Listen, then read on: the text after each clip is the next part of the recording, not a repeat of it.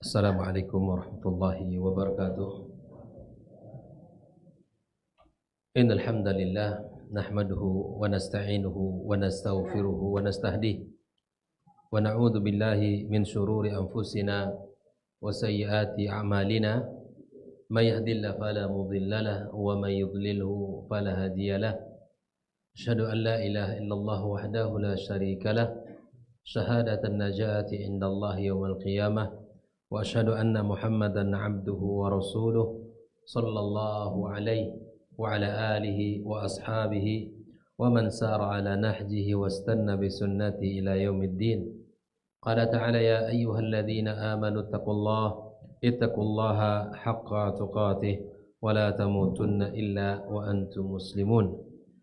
Allahumma ati nufusana taqwaha wa zakkiha anta khairu man zakkaha anta waliyuha wa maulaha innaka ala kulli syai'in qadir. Amma ba'd, ma'asyara al-ikhwa wal akhwat rahimani wa rahimakumullah. Alhamdulillah, rasa syukur pada Allah Subhanahu wa taala, pada malam ini kembali Allah permudah langkah kita untuk bisa menuju rumahnya.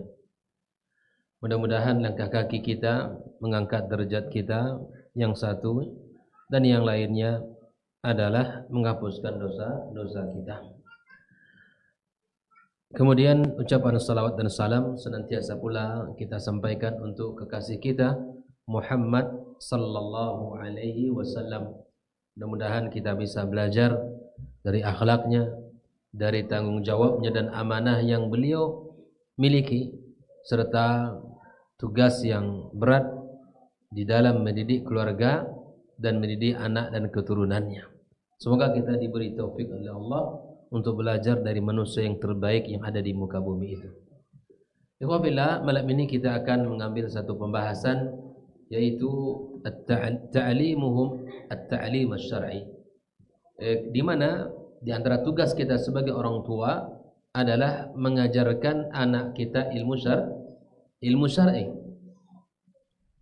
Islam memandang bahwa salah satu pondasi dasar di dalam pembentukan karakter, dalam pembentukan sifat pribadi itu adalah hal yang paling utama untuk kita perhatikan.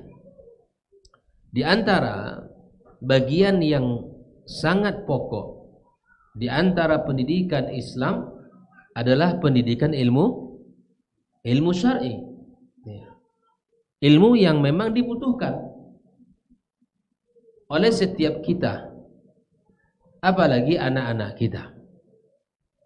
Nah, oleh karena itu ikhwafillah rahimakumullah, perhatian Islam itu dimulai sejak anak kita lahir ke dunia. Tentang ilmu ini kita kawal mereka sejak dini. Kita berikan kepada mereka bimbingan sejak bahkan dalam rahim istri kita. Sebelum dia lahir, anak-anak kita ya, kita bimbing dan kita didik dan kita berikan perhatian sesuai dengan keadaan dia, di mana kita memberikan rezeki yang terbaik, memberikan makanan yang halal dan thayyib kepada istri kita, lalu kemudian istri kita menghasilkan makanan dan itu diberikan kepada si anak yang ada di dalam rahimnya. Awal lahir, kemudian kita telah dituntun untuk membimbingnya, mendengarkan kepada telinganya kalimat-kalimat thayyibah, mendengarkan kepada telinganya kalimat-kalimat thayyibah. Ya. Ikhwafillah rahimakumullah. Maka dari sini kita paham betapa perhatian Islam terhadap ilmu syar'i ini sangat besar. Karena anak kita akan tumbuh dari ilmu yang kita ajari itu. Akan sangat berpengaruh kepada kepribadian dia nantinya. Mari kita lihat beberapa panduan di dalam agama kita yang mulia, baik itu dari ayat-ayat Al-Quranul Karim maupun hadis-hadis Nabi kita alaihi salatu wassalam. Tanggung jawab memberikan ilmu syar'i itu terdapat pada firman Allah Subhanahu wa taala, ya ayyuhalladzina amanu qu anfusakum wa ahlikum nara. Jaga diri kalian dan keluarga kalian. Dari mana kita tahu? Ali bin Abi Thalib menafsirkan firman Allah ini. Cara kita menjaga diri dan keluarga dua. Cara kita menjaga diri kita dan keluarga kita dari neraka Allah dengan dua cara. Yang pertama kata beliau, ta'dibuhum. Tegakkan adab, kedisiplinan kepada putra-putri kita. Wa ta'limuhum. Yang kedua, ajarkan ilmu. Ilmu yang paling pokok untuk kita ajarkan ilmu syar'i. Ilmu dunia insya Allah ujungnya kita akan bekerja. Alangkah meruginya kalau anak terus diberikan ilmu-ilmu yang sifatnya duniawi tapi tidak pernah dijadikan basicnya ilmu. Rugi, Pak. Rugi. Karena anak kita aset termahal kita. Anak kita adalah modal kita. Oleh karenanya modal kita jangan disia-siakan. Aset kita jangan disia-siakan. Maka ajarkan mereka ilmu syar'i. Ikhwafillah rahimakumullah. Maka kemudian kita lihat bagaimana Rasulullah sallallahu alaihi wasallam menyuruh kepada kita sebagai orang tua. Di dalam sebuah hadisnya, muru auladakum bis salati wa hum abna 7 sinin. Perintahkan anak kalian salat di usia 7 tahun. Wadribuhum ala tarkiha li'asr. Dan berikan pukulan kepada anak-anak kalian ketika usia mereka 10 tahun tidak mau salat. Wa farriqu bainahum fil madaji. Pisahkan tempat tidur mereka. Kalau di usia 7 tahun kita disuruh Nabi untuk memerintahkan putra-putri kita sholat, lalu mengajarkan tata cara sholat, bagaimana sholat, apa bacaan dalam sholat, apa rukun-rukun sholat, tentu sebelum usia 7 tahun. Jelas? Sebelum usia itu kita mengajarkannya bagaimana cara wudhu yang benar. Kita mengajarkan zikir-zikir, bacaan-bacaan salat, sehingga ketika usia 7 perintah tadi telah kita laksanakan supaya mereka mendirikan salat. Sampai usia 10 tahun nanti baru evaluasi, baru kita berikan ta'dib, hukuman jika seandainya dia tidak mau salat. Itu belum balik usia 10 tahun. Balik ya usia di atas itu. Maka sebelum balik saja kita disuruh oleh Nabi untuk ya wadribuhum. Apalagi di usia balik tentu tidak boleh kita abai. Nah, oleh karena itu ikhwafillah, inilah dasar salah satunya bahwa kita mesti memberikan ilmu syar'i. Di antaranya tentang ibadah. Bagaimana anak kita sholat, bagaimana dia benar di dalam ibadahnya. Nah, oleh karena itu ikhwafillah, wa min haqqil walad 'alal walid ayuhsin ta'dibahu. Di antara hak seorang anak dari ayah adalah mendisiplinkannya atau dengan baik cara di dalam membuat atau mendidik anak kita ini. Caranya benar, caranya sahih. Mentakdib anak kita itu dengan cara yang benar, dengan cara yang baik. Ya. Ikhwafillah rahimakumullah. Di antara hadis yang menyebutkan tentang bab ini adalah man wulida lahu waladun falyuhsin ismuhu wa adabah.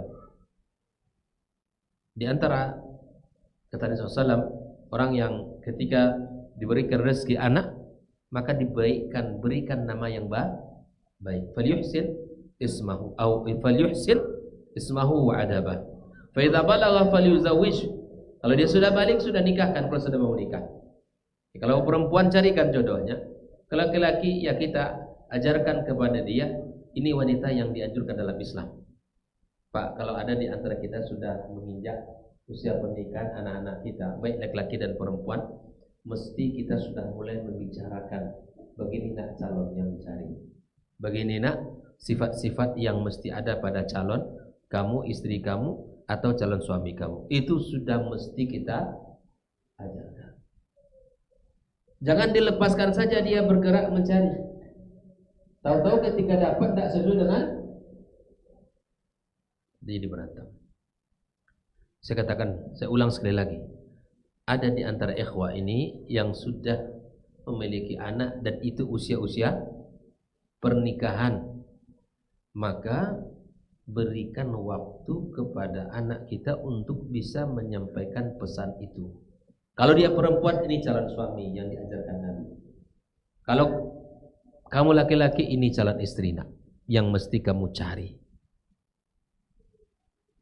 Biarlah dia cantik asal kaya dan soleha.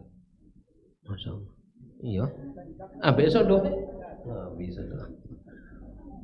Ridho hayanya. Kalau dapet itu yang ridho hayanya. Allahu Akbar. Ketujuh, yang menikmati hamba, Masya Allah. Maka ikhwafillah, itu sudah mesti jangan tabu. Sehingga nanti ketika anak mengenalkan ke kita, ya selesai sesuai dengan apa. Ketika anak tidak disampaikan bab itu, dia akan dibentuk oleh lingkungan, dibentuk oleh bacaan, dibentuk oleh kawan-kawan. Ya, ini yang akan membentuk dia. Ini yang akan memberikan pengaruh pada keinginan dia nanti. Kalau kita tidak tanamkan bab-bab itu. Seperti sering saya sampaikan, ada waktu kita duduk dengan anak-anak kita. Ada waktu berikan nasihat, walaupun tidak lama. Misalnya ya kalau bisa rutin sekali sepekan 2 pekan ini lebih baik. Tapi kalau tidak, misalnya berkala, ya silakan berkala. Yang penting ada kita menyampaikan sesuatu yang itu adalah keinginan kita. Kebanyakan terjadinya benturan itu karena tidak sama keinginan visi antara kita dan anak kita. Ini salah kita juga. Kenapa tidak disampaikan? Kenapa kita tidak sampaikan? Ayah begini nak, pengen kita hidup kita tuh begini, berguna bagi orang. Ayah pengen kamu selesai Al-Quran dan kamu memahami ilmu-ilmu syar'i. Itu yang ingin ayah. Nanti kamu berdagang, mudah-mudahan ayah punya modal, ayah kasih dagang. Ya, kalau kamu serius dalamnya pendidikan, lanjut ke S3 doktor, ya, dan kamu menjadi seorang ahli ilmu, ayah support dan seterusnya. Ya, contoh kecil. Ketika anak-anak kita tamat SD, dan kita tentu punya keinginan ya, anak kita paling tidak dia mondok. Kelas 5, kelas 6 itu sudah mulai itu obrolan. Sudah mulai kita ajak anak kita bicara. Enak. Sudah diajak bicara, lalu kita bawa dia berkeliling pondok. Dekat di Kota Bangkinang, banyak pondok-pondok kita. Ya, pondok. Atau ada anak-anak yang pondok liburan, undang ke rumahnya, ngobrol kita. Biar anak kita tahu, begitu salah satu caranya. Karena sering kali terjadi, Ustaz 3 hari baru anak saya, paling lama seminggu di pondok, mau pulang dia Ustaz. Mau pulang dia. Nggak betah di pondok. Saya balik bertanya, dulu pernah nggak disampaikan tentang pondok kepada anak, keinginan kita? Nggak pernah, itu dia. Ini terjadi. Ya wafilah, tanggung jawab kita besar di hadapan Allah. Mengajarkan sholat, mengajarkan adab, mengajarkan banyak hal. Seperti mana Rasulullah SAW contohkan dalam mengajarkan ilmu syar'i. pesan-pesan akidah kepada Ibnu Abbas radhiyallahu taala an. Ya gulam, kata Nabi alaihi salatu wassalam di saat Ibnu Abbas berada di goncengan dia kan di atas kendaraan Rasulullah, inni uallimuka kalimat, aku ajarkan kepada kamu beberapa kalimat. Ya, ihfazillah yahfazka, jaga Allah dan Allah akan jaga kamu. Ihfazillah tajidhu tujahak, jaga Allah engkau dapatkan Allah di hadapanmu. Idza sa'alta fas'alillah, kalau engkau minta sama Allah. Wa idza sta'anta fasta'in billah, kalau minta tolong sama Allah.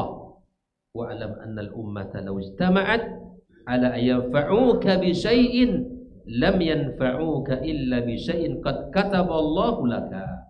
Seluruh umat di muka bumi ini berkumpul untuk memberikan satu manfaat saja kepadamu, mereka tidak akan mampu memberikan itu kecuali izin Allah. Ini luar biasa ilmunya. Kalau bahasa aku daging sudah, semuanya daging. Bernas ya, bone. Nah. Lalu apa? Walau istama'u ala an yadurruka bi syai'in lam yadurruka illa bi syai'in qad kataballahu alaik. Andaikan semua orang berkumpul di muka bumi ini memberikan satu kemudaratan kepada kamu, tidak akan pernah itu terjadi sama kamu kecuali apa yang telah Allah tetapkan. Coba bangkitkan pada anak kita ketergantungan, keterpautan dia kepada Allah Azza wa Jalla. Kalimat ini kalimat Nabi, Pak. Kalimat Nabi. Kalau kita susah nyusun kata-kata, hafal kalimat Nabi ini, ajarkan ke anak. Sudah cukup. Hafal kalimat Nabi ini, sampaikan kalimat Nabi ini kepada putra-putri kita. Itu sudah cukup. Insya Allah itu akan bekerja di hatinya, akan bekerja di hati putra-putri kita. Dia akan teringat di dalam ingatan dia, insya Allah. Jelas. Maka ikhwafillah rahimakumullah, di dalam riwayat yang lain, ya, di dalam riwayat lain, wa'lam anna an-nasra ma'as sabar wa anna al-faraja ma'al karb wa anna ma'al usri yusra. Ketahui oleh kamu nak bahwa insyaallah kemenangan itu ya selalu ada pada kesabaran, dan ingat ya kelapangan itu insyaallah datang setelah kesulitan, dan sesungguhnya ma'al usri yusra. Setiap ada kesulitan insyaallah setelahnya ada sabar nak. Lewati masa-masa beratmu di dalam menuntut ilmu syar'i. Kalimat-kalimat itu dijadikan sebagai penguat motivasi bagi putra-putri kita yang di pondok, berkunjung sekali sebulan ke pondok, ya kan? Mungkin anak kita ngeluh, mungkin banyak cerita, kawan lah, makanan lah, ya kurang tidur lah, dan macam-macam. Itu waktu-waktu yang indah. Ingat, ini waktu tak akan terulang dalam hidupmu. Akan terasa indah kehidupan kamu di pondok kapan? Setelah kamu nanti keluar pondok. Sabar aja, lewati saja. Kuatkan. Yang masalahnya kan, ayah nguatkan, ama mau pulang. Pulang lagi aja deh kau ya. Kasihan anak was itu ya. Sabar. Gitu kan? Itu yang terjadi kan? Ayahnya menguatkan, ibunya ya kancang nak bawa pulang. Ndak, diam ayahnya, sakit oma. Kasan sakit nak bawa anak pulang. Itu terjadi itu kan. Maka anak itu biarkan dia. Kata Imam Syafi'i, safir tajid iwadan aman tufariku. Safir, pergilah kalian untuk ilmu. Kau akan dapatkan ganti di tempat kalian yang baru. Ganti siapa orang tua kalian. Ikhwafillah rahimakumullah. Itu ya. Kalimat Nabi ini perlu itu kita ulang. Ini sebagai bentuk pengajaran ilmu syar'i. Usia Ibnu Abbas itu usia SD ketika Nabi mengatakan itu kepadanya. Ya. Usianya masih usia SD. Ikhwafillah, kita akan jabarkan satu persatu. Wa khulasatul qaul annal ab yurabbi auladahu dzukuran wa inathan ala ta'atillahi wa ta'ati rasulih, ya, bahwa tugas kita sebagai orang tua adalah mendidik putra-putri kita di atas ketaatan kepada Allah dan Rasul. Ini bingkai besar kita. Lalu apa saja tugas-tugas besar itu? Yang pertama, mas'uliyatu tarbiyatul imaniyah. Ini yang pertama. Tugas kita sebagai orang tua, salah satu tugas besar kita adalah bertanggung jawab pada pendidikan iman. Bertanggung jawab terhadap pendidikan iman. Kalau kita runut sejak kecil, pendidikan iman itu seperti apa? Talqinu kalimat la ilaha illallah. Mentalkinkan, mengulang-ulangi kalimat la ilaha illallah. Sehingga para ulama mengatakan, kalau ada anak yang sudah mulai bicara, sudah mulai dia ngomong, kalimat pertama yang mesti diajarkan kepadanya apa? La ilaha illallah. Itu kata para ulama. Kalau anak usia bisa bicara usia berapa? 10 tahun. Agak tahu. Hah? Bapak baru punya anak deh, berapa? 2 tahun. Kalau lah 10 tahun lah ngajau lonya. Lah ada yang sudah bisa niru-niru gitu kan? Kalimat pertama kata itu yang diajarkan la ilaha illallah. Walaupun anak kita belum bisa ya dengarkan saja la ilaha illallah. Itu ditalkinkan. Nah, nikah tuh. Alhamdulillah. Baik, Ustaz. Jadi bukan papa, bukan mama, enggak. Abi, umi enggak. Kalimat tauhid. Yang pertama diajarkan kalimat tauhid, bukan abi uminya, bukan papa mami enggak. Ya kan? Tapi la ilaha illallah. Kalimat tauhid yang harus diajarkan. Karena tanggung jawab pendidikan iman itu ada pada kita. Memulai dengan mengajarkan kalimat la ilaha illallah. Nah itu dia. Walaupun dia belum sempurna mengucapkannya, enggak apa-apa. Ajarkan. Ya. Itu kalau anak kita sudah mulai bicara. Kalau anak kita sudah mulai dia berakal, mulai berakal itu kapan? Tahu dia baik benar itu kapan? Balik. Tamyiz sudah tahu. Usia tamyiz, usia 7 itu sudah tahu dia itu. Ya ini baik buruk itu sudah tahu. Usia 7 tahun sudah SD. Maka ketika mulai berakal, memahami, yang diajarkan pertama kali adalah halal dan haram. Nah, mulai ngambil barang orang itu haram, enggak boleh. Oh, dia tahu dia. Mulai dia berakal mencerna tuh, mulai berpikir, oh ini boleh. Silakan dia ini halal. Halal halal. Coba aja itu kalau kita diskusikan halal haram itu ya. Ini halal thayyib. Coba. Anak-anak kita kalau kita mulai pembicaraan itu kalau kita bisa ke toko, ke supermarket atau ke mana. Ini halal halal. Thayyib belum. Nah, ya kita makan halalan. Usahakan halal belum tentu thayyib untuk kita. Banyak yang halal semua nih. Gak mungkin kalau tidak halal di sini. Cuman belum tentu ini thayyib untuk kesehatan kita. Kita jaga kesehatan kita, Allah yang suruh. Karena kesehatan itu nikmat.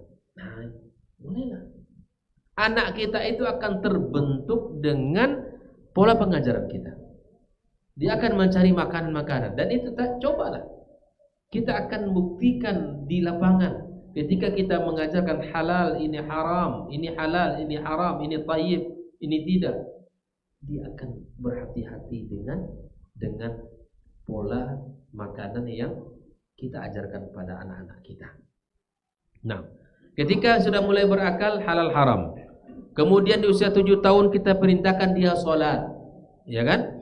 Kemudian diajarkan Nah, termasuk ketika mulai berakal, mengajarkan kedisiplinan dan adab, cinta kepada Allah dan cinta kepada Nabi sallallahu alaihi wasallam, mencintai Al-Qur'an, mencintai ya orang-orang saleh. Nah, kita ajarkan itu, sudah mulai berakal dia. Ini salah satu bentuk tarbiyah imaniyah, tugas di dalam pendidikan iman. Maka kita ajarkan, nah, baru kita ajarkan rukun iman, rukun Islam. Pelan-pelan saja kita buatkan. Ya, siapa yang tahu rukun Islam? Siapa yang tahu rukun iman? Kami kasih hadiah. Misalnya dalam mobil apa? Atau mungkin dalam saat santai dengan anak-anak. Saya sering misalnya dalam mobil. Nah, terkadang cukup lama waktu dalam mobil. Mulai saya buat pertanyaan-pertanyaan itu. Pertanyaan tentang rukun Islam, rukun iman, kemudian pertanyaan-pertanyaan tentang sahabat, ya kan? Nah, itu sangat berkesan bagi putra-putri kita. Bahkan di rumah hari-hari libur atau menjelang tidur misalnya, nah, kita buat tanya jawab. Nah, bisa begitu. Tanya jawab sama 5 pertanyaan, kemudian itu tahu. Ini luar biasa. Kalau kita biasakan pelan-pelan, kita buat seperti kurikulum di rumah kita itu ada. Ya, ikhwah fillah rahimakumullah. Nah, ini tanggung jawab yang pertama, adalah tanggung jawab pendidikan iman. Yang kedua, mas'uliyat tarbiyah al-khuluqiyah, tanggung jawab pendidikan akhlak. Orang yang bertanggung jawab pertama kali itu kita, orang tua. Akhlak terbentuk buah daripada keimanan. Iman itu menuntun seseorang berakhlak. Iman itu membuat seseorang taat kepada Allah. Orang akan bisa jujur, orang akan amanah. Itu berkat daripada atau buah daripada keimanan yang ada dalam dada seseorang. Tanggung jawab kita. Tanggung jawab kita. Nah, oleh karenanya ikhwafillah, di samping kita mengajarkan akhlak-akhlak mulia tadi, maka kita sampaikan juga sisi-sisi lawan daripada akhlak itu. Ya, maka kita jangan biarkan dia melakukannya. Ya, jujur, ya, bohong, ya, maka sampaikan. Nanti kita akan bahas bagaimana Nabi SAW memperbaiki anak-anak yang salah, gitu ya, anak-anak yang salah. Baik. Yang ketiga, mas'uliyah at-tarbiyah al-jismiyah. Ya, tanggung jawab pendidikan jasmani. Kalau tadi yang pertama iman, yang keduanya adalah akhlak, yang ketiga adalah pendidikan jasmani, kesehatan dia. Dan ini sangat penting. Fayunfiq ala auladihi minal halali, dengan cara bagaimana? Menginfakkan harta yang halal, memberikan mereka dari sumber rezeki yang halal. Wa yahfiz ala qawaid as-sihhiyah li auladi, dan menjaga kesehatan. Jangan boros makan ini, jangan banyak makan ini, kita jaga. Yang micin itu kita coba untuk kurangi, atau kan bisa tinggalkan. Jaga kesehatan. Hari ini banyak, masya Allah, anak-anak udah kecil sudah gagal ginjal memang. Karena apa? Minuman yang ya macam-macam, berwarna-warni, pengawet banyak, macam-macam. Kalau kita pergi ke supermarket, apa? Warna-warni minuman. Ini halal nak, tapi tidak baik untuk Anda. Tidak baik. Halal tapi tidak baik. Kalau sekali-sekali ya kita boleh berikan. Tapi ada anak yang subhanallah setiap hari itu, sehingga ya sudah gagal ginjal, sudah ada penyakit gula, ya, gula tinggi karena minuman bergula tinggi semua, ya kan? Dan itu bahaya untuk anak-anak kita, ikhwafillah, bahaya. Nah, ini tanggung jawab kita. Kita berikan pengertian itu kepada mereka. Wa yub'iduhum an asbabil amrad. Kita jaga sebab-sebab untuk ya anak-anak kita sakit. Wa yu'alijul marda minhum wa yutabbiq qa'idatan la darara wa la dirar. Tak boleh kita menyakiti orang, dan juga kita tidak boleh ya, artinya la darar, berbuat buruk, ya, Kita tidak boleh membuat sesuatu yang membuat orang teraniaya. Nggak boleh kita berbuat sesuatu yang bisa membuat orang terluka. Nggak boleh. La dirar, la darara wa la dirar. Nggak boleh. Nah, oleh karenanya ikhwafillah, wa yu'allimuhum 'ala rimaya. Nah, di antara olahraga yang sangat dianjurkan adalah memanah. Ya, memanah, rimaya, warukubul khail, berkuda, wasibahah. Apa itu? Wah, perlu diajarkan anak-anak. Anak sungai tapi tidak pada wanang. Contoh siapa? Ada yang wanang? Ya, indal amni minal mafasid. Wa yu'awwiduhum 'alal jidd warrujulah. Kita ajarkan anak kita ya ketangkasan. Enggak apa-apa kalau latihan-latihan misalnya ada silat, ada apa, ada taekwondo. Tapi ingatkan, kamu belajar ini untuk menjaga fisik kamu. Kamu laki-laki. Ya kuat. Suatu saat kamu diberikan kesempatan membela Islam. Nah, ingatkan putra-putri kita. Ya kan? Ini anak laki-laki sodo enggak boleh. Anak laki-laki ada apa namanya sangat protek sekali. Semuanya enggak boleh. Ya. Ini terlalu sayang, ya kan? Anak laki-laki ya ketika dia main atau ketika dia butuh, enggak apa-apa silakan. Asal kita lihat keamanan atau kesehatannya terjaga dan ya keamanan fisiknya, insyaallah bisa kita harapkan enggak apa-apa. Ya, kalau Allah terjadi main bola silakan. Mau lari silakan.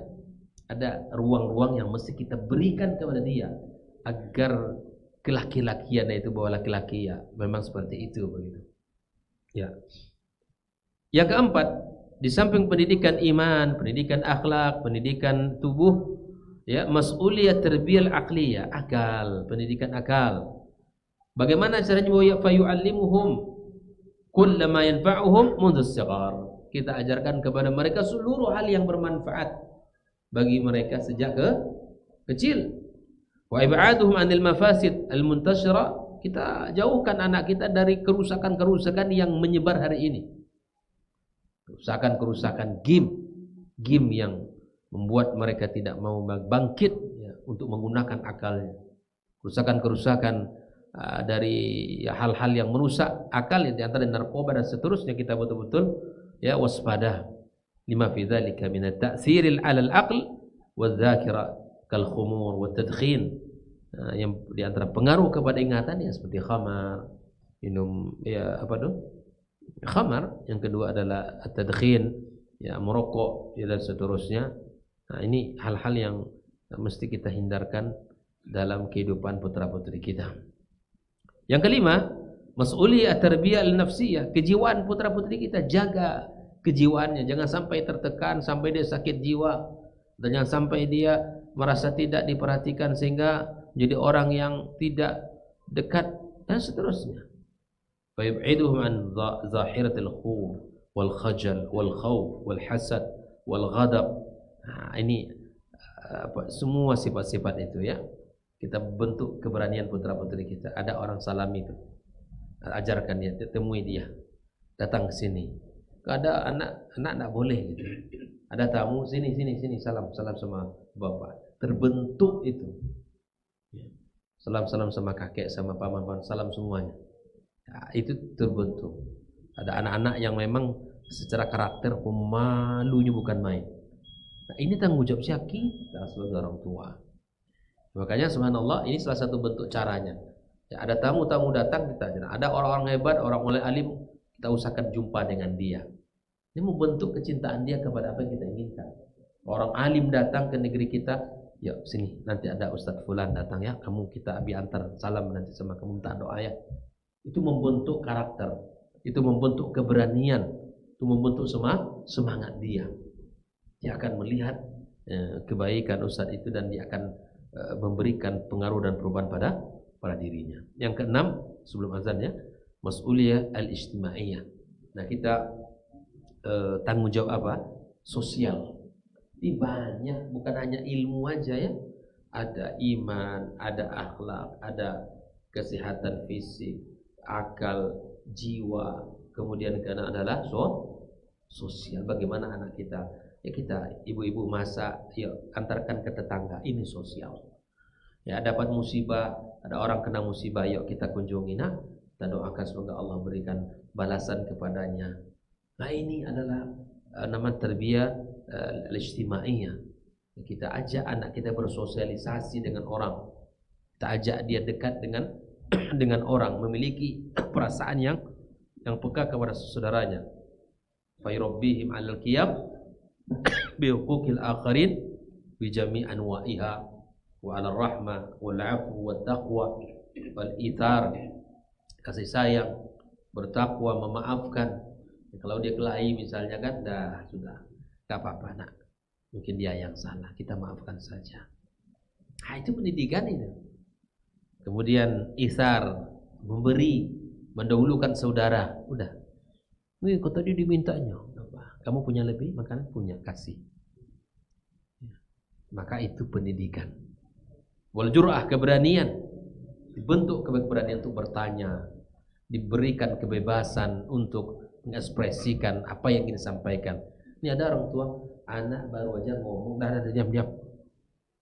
Itu tidak baik. Baru aja ngomong, anaknya menyampaikan sesuatu, nah, langsung di-cut, nggak bisa, nggak boleh bicara gitu. Ini nggak bisa. Anak latih, ya, coba nak, mau bicara apa sama kita? Terbuka, nggak apa-apa cerita, tapi dengarkan ya.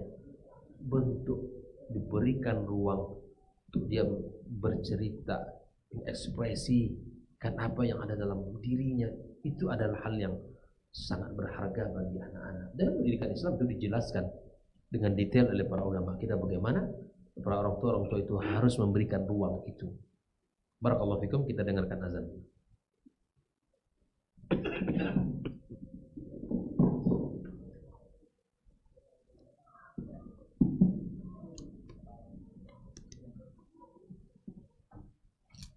Allahu Akbar, Allahu Akbar. Allahu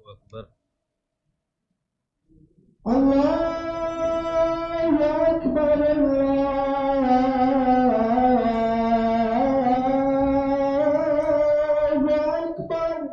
Allahu Akbar. Asyhadu an la ilaha illallah.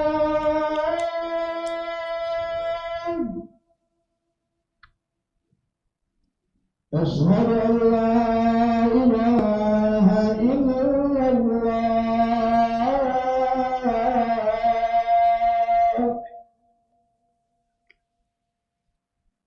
Asyhadu anna Muhammadar Rasulullah.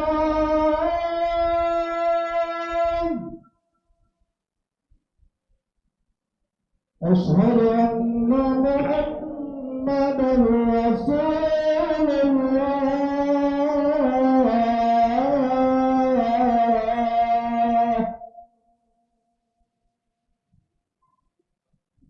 Hayya 'alas salah.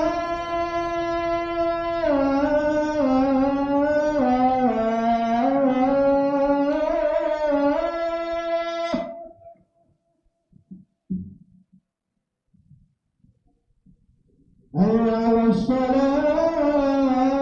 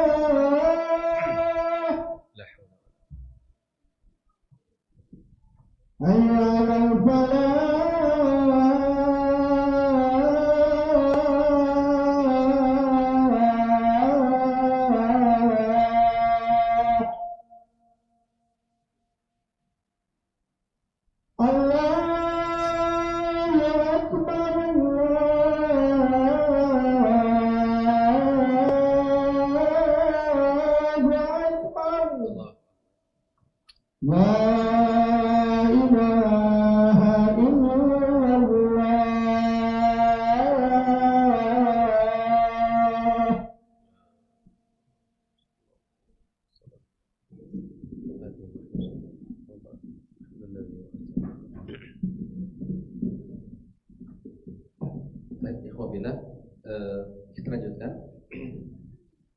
Ada tanggung jawab iman, tanggung jawab akhlak, tanggung jawab fisik, kesehatan, akal, jiwa ya, dan sosial.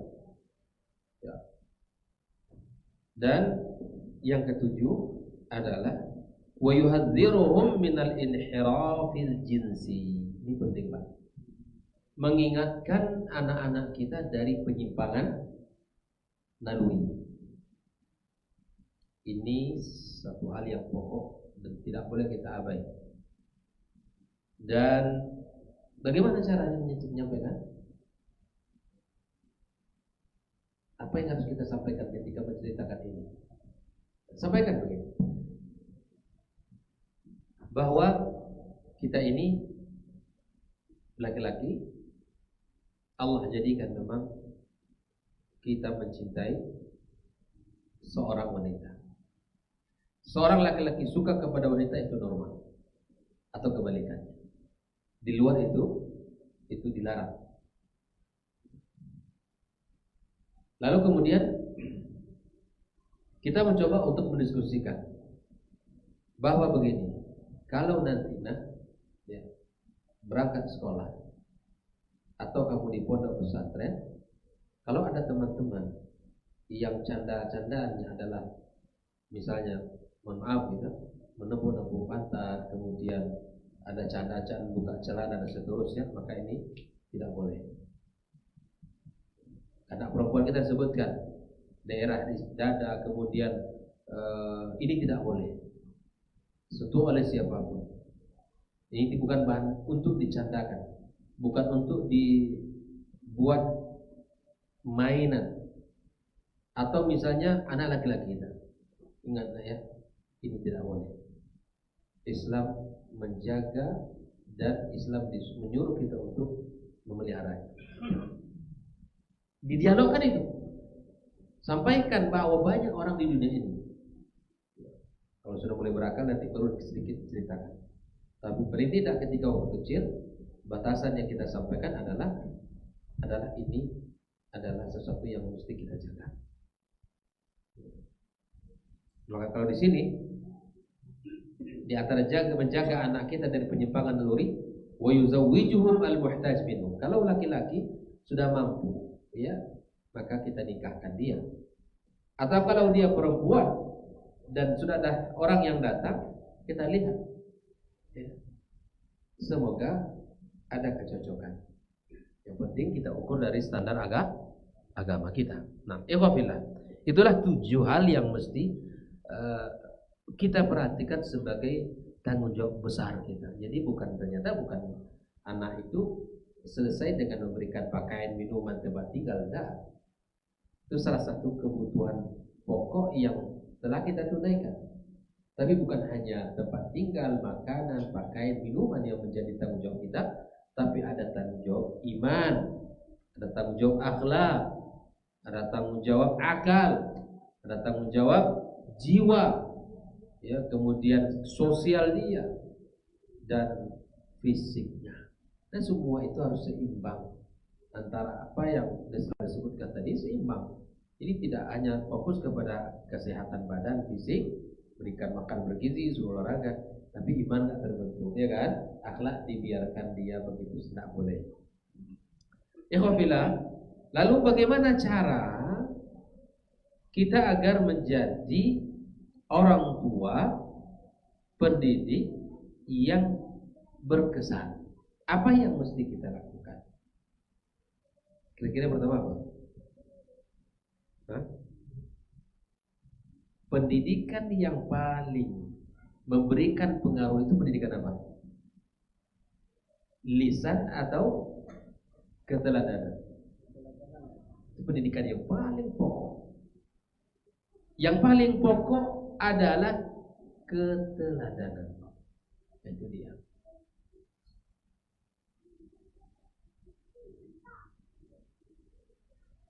Kita mungkin banyak bicara, tapi kita hanya dengan satu sikap kita itu akan bisa mengalahkan 1000 kata-kata.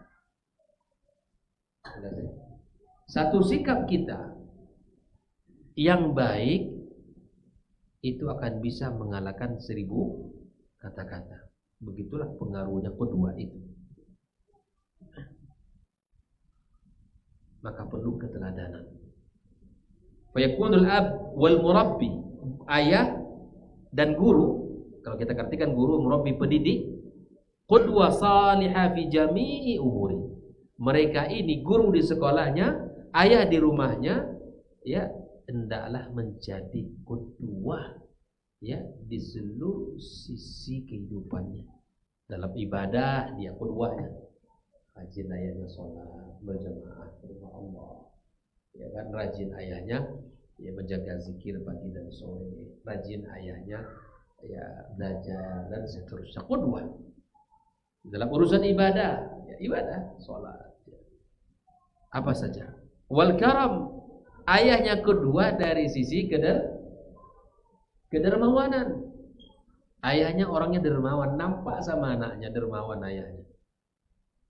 Wazuhud, di dalam zuhud, sederhanaan. Watawadhu', dia teladan di dalam bab tawadhu'. Al-hilm, ya, kelemah lembutan. Wasyaja'ah, keberanian. Wattakhidar rasul qudwa lahu fahina idzan yanfa' ta'limuhu wa yaqtadi. Jadi ketika Nabi SAW dijadikan sebagai qudwah hasanah bagi dia, sudah, anak akan bisa mengikuti dan akan memberikan manfaat. Yakinlah itu. Dan masalah kita ini kan qudwah ini yang hilang. Masalah kita ini kehilangan qudwah. Itu yang langka hari ini. Baik. Kemudian yang kedua, wasilah yang akan bisa memberikan pengaruh kepada putra-putri kita di samping pendidikan dengan qudwah al-hasanah di sisi lurus sisi, perkara di seluruh sisi, ini kehidupan dari ibadahnya, akhlaknya, muamalahnya, dan dia adalah menjadi orang yang tawadhu. Yang kedua, at-tarbiyah bil ibadah, pendidikan dengan ibadah. Di antara caranya apa? Yurabbi awladahu 'alal ibadah wa yu'allimuhum anwa'al ibadat bi ikhlasin wa mutaba'ati lin nabi sallallahu alaihi wasallam. Di dalam bab ibadah, maka tugas kita mengajarkan anak-anak kita. Sering saya sampaikan, Bang, cobalah kalau di rumah agak santai. Besok Abi pengen ya semua anak-anak Abi membaca bacaan sholat. Abi besok ingin mengajarkan bagaimana sholat Nabi. Cobalah kita buat. Abi pengen mengajarkan bagaimana Nabi sholat. Lihat tangan Abi, semuanya ikut. Ajarkan. Itu bukan tugas guru di sekolah. Hukum asalnya tugas siapa? Kita. Tapi terkadang kita tidak punya ilmu yang cukup menyampaikan, mengajarkan, maka dihandlelah tugas ini oleh guru di sekolahnya. Alhamdulillah kita terbantu. Namun jangan berlepas tangan. Di rumah dikontrol. Kamu gimana baca surat kamu, coba. Nah, benar kamu masih kurang nih. Kita bisa evaluasi. Dalam bab ibadah itu mesti, ya, maka diajarkan anak kita dengan penuh ikhlasan dan mengikuti Rasul sallallahu alaihi wasallam. Ya. Itu babnya banyak sekali ibadahnya. Kita sebagai orang tua yang mencontohkan, kita berjamaah ke masjid. Ya, semua kita berusaha untuk menjadi yang terbaik. Ya, kita qudwah bagi dia, karom. Ya, kita keluarkan harta itu, anak kita nampak ada orang susah kita bantu, atau kalau perlu tolong kasih sama dia. Itu secara zahir itu telah kita tanamkan pendidikan kepada putra-putri kita di dalam bab ibadah, ya, berinfak, bersedekah, ya, dan seterusnya. Yang ketiga, tarbiyal bil mau'izah, mendidik dengan nasihat, ya, dengan nasihat. Kalau tadi pertama dengan qudwah, ini kan wasilah yang paling berkesan dalam pendidikan itu. Yang pertama apa? Sarana yang paling bermanfaat dalam pendidikan yang pertama qudwah. Yang kedua dengan pendidikan ibadah. Kita lakukan ibadah. Yang ketiga, at-tarbiyah bil mau'izah, dengan nasihat, ya, dengan nasihat bil mau'izah. Nah, maka yang keempat, tarbiyah bil mulahadzah, dengan pendidikan dengan mengintai, bukan mengintai bahasa kita, dengan pendidikan kita mengawasi dia. Itu boleh diawasi anak kita. Fa yuraqibuhu fi jami'il jawanib. Kita kawal dia, jangan sampai melampaui batas. Yang kelima, at-tarbiyah bil uqubah, pendidikan dengan hukuman. Jadi tidak semua hukuman itu buruk. Justru terkadang butuh hukuman. Tapi jangan salah di dalam memberikannya, jangan memberikan sesuatu di luar kadar kesalahan. Ini kesalahan fatal kita sebagai orang tua, terkadang memberikan hukuman kepada anak tidak sesuai dengan kadar kesalahan. Di antara kesalahan orang tua dan juga kesalahan para pendidik di lembaga-lembaga, baik itu di pesantren maupun di luar pesantren, kesalahannya adalah memberikan hukuman melebihi kadar kesalahan anak, atau tidak adil di dalam memberikan hukuman kepada anak. Contoh, anaknya misalnya anak kita 5, yang satu sudah kita instruksikan, yang 3 rajin, yang 2 main-main, ya kan? Padahal kita sudah sampaikan, Abi kasih waktu 40 menit untuk belajar dan harus menghafal. Tapi di dalam 40 menit ini ada 2 orang main-main. Yang kita hukum siapa? Yang kita berikan peringatan yang main-main. Nah, kesalahannya di mana? Terkadang orang tua yang salah 2 orang, maka yang kena hukum 5. Dia tidak akan merasakan keadilan. Dan itu apa saya menjadi orang baik, itu apa saya rajin, saya juga kena hukum. Di pondok-pondok sering saya ingatkan, 1 orang tidak sholat subuh, 1 asrama kena suruh lari. Ini salah. Pendidikan yang salah, tidak tepat. Yang baik diapresiasi, yang salah diberikan peringatan. Atau kalau sudah ada aturan kesalahannya sekian, diberikan hukuman, tidak masalah. Yang 1 orang yang tidak sholat subuh ke masjid nih, maka 1 asrama itu kena hukum. Ini tidak ada keadilan untuk yang telah bersungguh-sungguh. Ini fatal. Nah, ini salah satu contoh-contoh. Anak-anak kita demikian. Yang meroja kasih reward kesiannya. Yang tak mau sudah, kamu gak ada berhak dapat. Akan tumbuh munafasah, akan tumbuh nanti semangat berlomba-lomba di dalam. Nah, yang kelima adalah at-tarbiyah bil uqubah. Udah tadi ya, artinya kita memberikan hukuman, pendidikan dengan hukuman, ya, dan hukuman itu ada ilmu besar, ya, memberikan hukuman Islam itu ilmu besar, banyak aturan-aturannya. Di antara yang saya bocorkan, bahwa di dalam memberikan hukuman itu tidak boleh, kalaupun harus memukul, tidak boleh lebih dari 3 kali. Tidak boleh.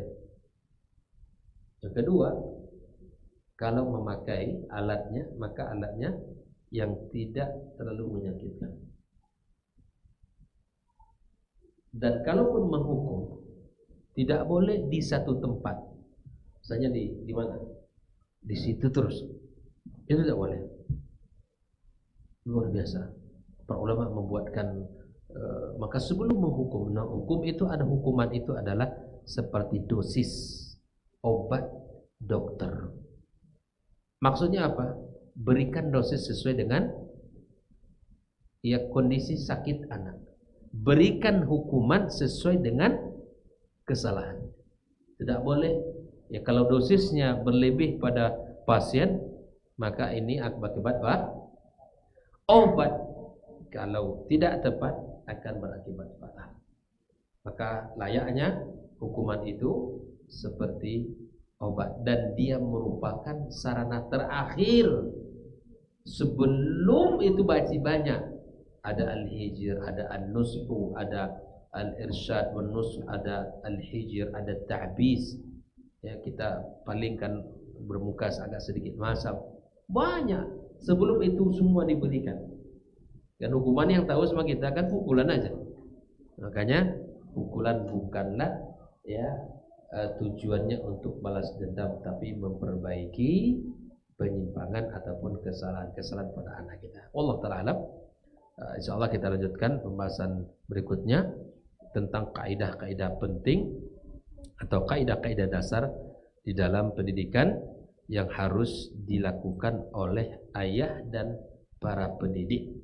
Ya, kaidah-kaidahnya penting. Ada kaidah yang akan mengikat akidah, ada yang mengikat ruh, kejiwaan ya, dan kaidah dalam memberikan peringatan itu ada dalam Islam. Ya, nah insyaallah kita lanjutkan nanti pembahasannya pada pertemuan berikutnya. Wallahu taala alam. Wa sallallahu ala nabiyyina wa habibina Muhammadin wa ala alihi washabihi ajmain. Assalamualaikum warahmatullahi wabarakatuh.